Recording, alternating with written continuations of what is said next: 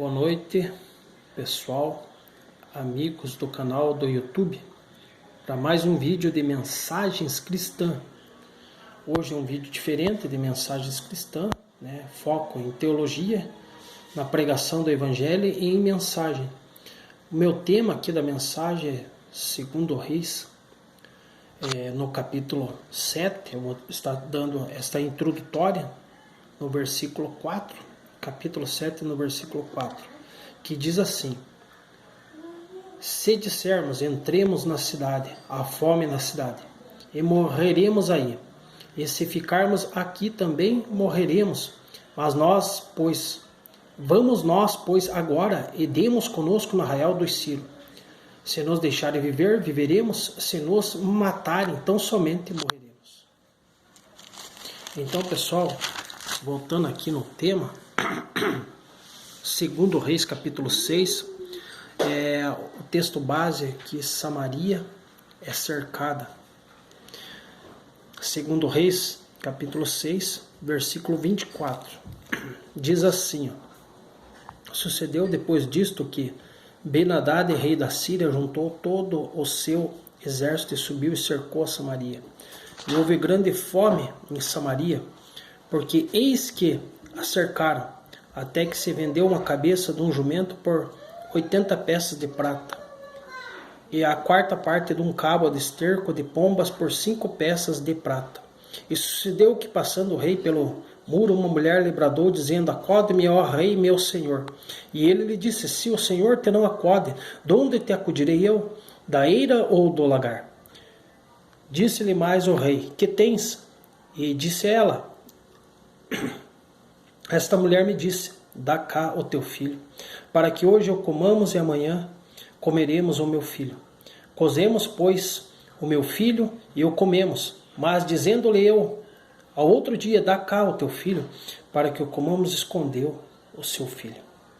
E sucedeu que, ouvindo o rei as palavras desta mulher, rasgou seus vestidos e ia passando pelo muro. E o povo viu que trazia cilício por dentro sobre a sua carne, e disse: assim me faça Deus e outro tanto, se a cabeça de Eliseu, filho de Safate, hoje ficar sobre ele. Então, irmãos, aqui, meus amigos, irmãos em Cristo Jesus, e até mesmo companheiros ali do canal, que acompanha até meus vídeos, outros vídeos de mensagens cristãs e até mesmo de moedas, o foco aqui diz no versículo 4 do capítulo 7, se dissermos, entremos na cidade, há fome na cidade, e morreremos aí, e se ficarmos aqui também morreremos, mas vamos, pois, agora, e demos conosco no arraial dos Ciro. Então parece, irmãos, que muitas das vezes é aquele velho ditado que diz: se ficar, o bicho come, se correr, o bicho pega. Nessa situação, Israel estava ali em Samaria, o profeta Eliseu era o profeta da época, Samaria era cercada, estava acontecendo fatos aqui tremendo, como por exemplo, no versículo 26, e sucedeu que, passando o rei pelo muro, uma mulher lhe bradou, lhe dizendo: acode-me, ó rei, meu senhor. E ele lhe disse: se o senhor te não acode, de onde te acudirei eu? Da eira ou do lagar? Então, irmãos, é assombroso. Na sequência, podemos ver o texto bíblico que disse-lhe mais ao rei: que tens? E disse ela: esta mulher me disse: dá cá o teu filho, para que hoje o comamos, e amanhã comeremos o meu filho. Comemos, pois, o meu filho, e o comemos. Cozemos, pois, o meu filho, e o comemos. Mas dizendo-lhe eu ao outro dia: dá cá o teu filho, para que o comamos, escondeu o seu filho. Essa é a situação que Israel vivia.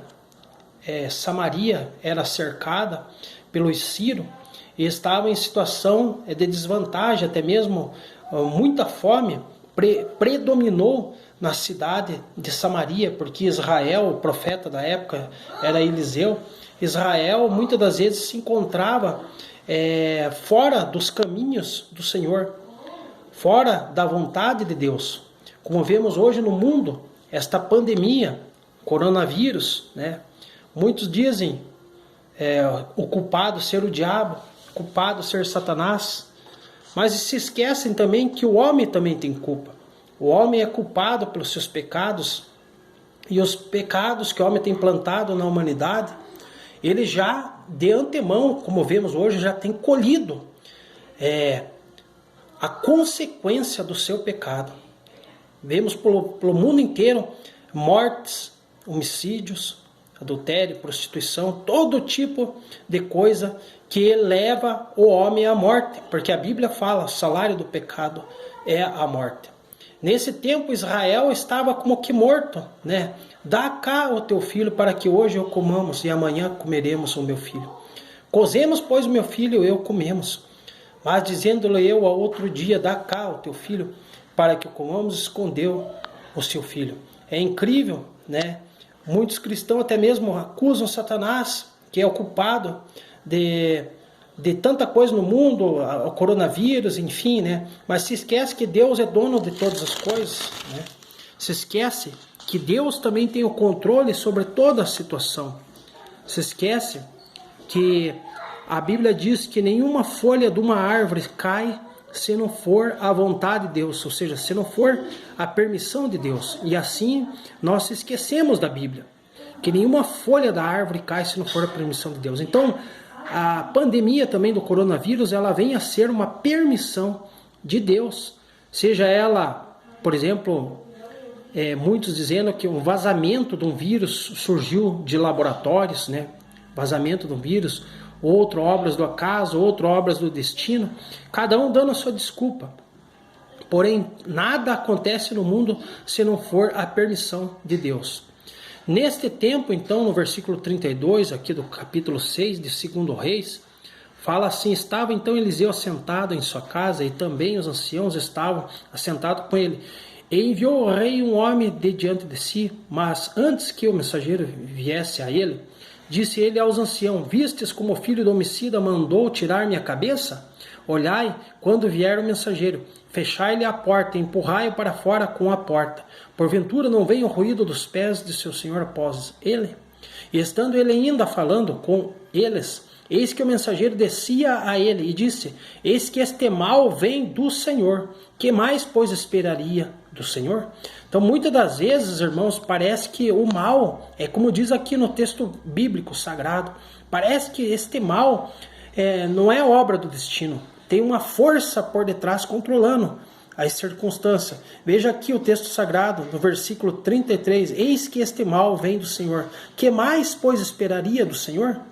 Continuando na sequência do versículo, no texto sagrado bíblico, 2 Reis, capítulo 7, o tema e também subtema, Eliseu prediz então a abundância de viveres, né?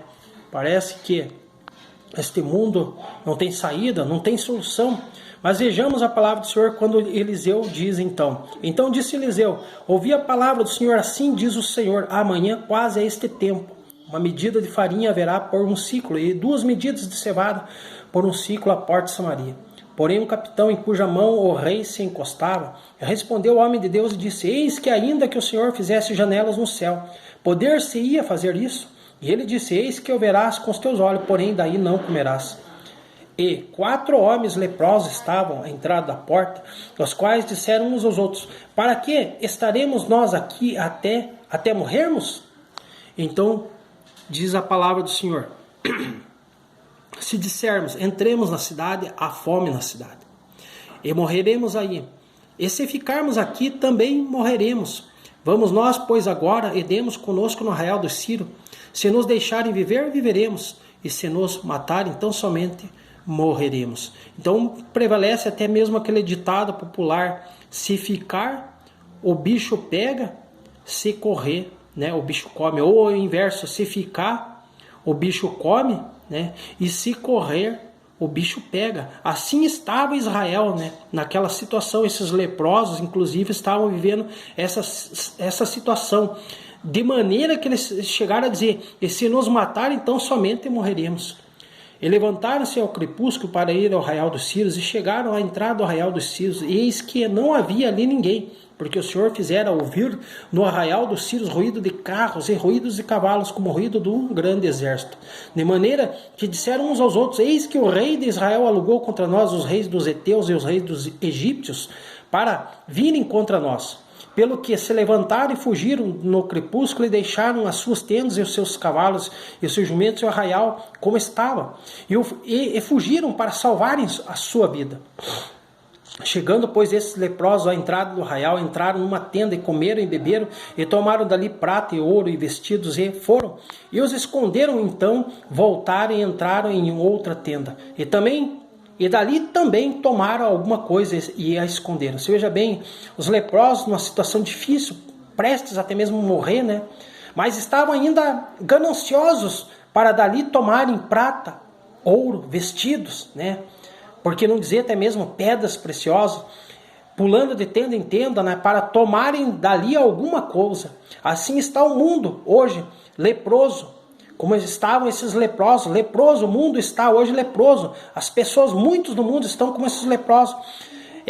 Pronto para comer, beber e tomarem dali ou daqui, ou seja, da lá onde for, tomar por algum motivo ou razão, circunstância, prata, ouro e vestidos. Não importando a circunstância, muitas das vezes pulando de tenda em tenda para tomar dali alguma coisa. E o culpado sempre é alguém, nunca é a pessoa, né? A pessoa nunca reconhece que tem culpa no cartório ou que está devendo alguma coisa diante do homem, de Deus ou mesmo pela circunstância. Mas, irmãos, vamos ver o que diz então o versículo seguinte, no versículo 9 do capítulo 7 de 2 Reis. Então disseram uns para os outros: não faremos bem, este dia é dia de boas novas. E nos calamos. Se esperarmos até a luz da manhã, algum mal nos sobrevirá. Pelo que agora vamos e o anunciemos à casa do rei. Vieram, pois, e bradaram aos porteiros da cidade, e lhes anunciaram, dizendo: fomos ao arraial dos Círios, e eis que lá não havia ninguém, nem voz de homem, porém só cavalos atados, jumento atados, e as tendas como estavam dantes. E chamaram os porteiros, e estes o anunciaram dentro da casa do rei. E o rei se levantou de noite e disse aos seus servos: agora vos farei saber o que é que os sírios nos fizeram. Bem sabem eles que esfaimados estamos pelo que saíram do arraial, a esconder-se pelo campo, dizendo: quando saírem da cidade, então os tomaremos vivos e entraremos na cidade.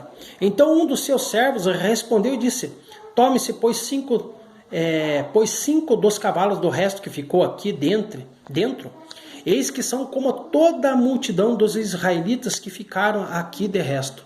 E eis que são como toda a multidão dos israelitas que já pereceram.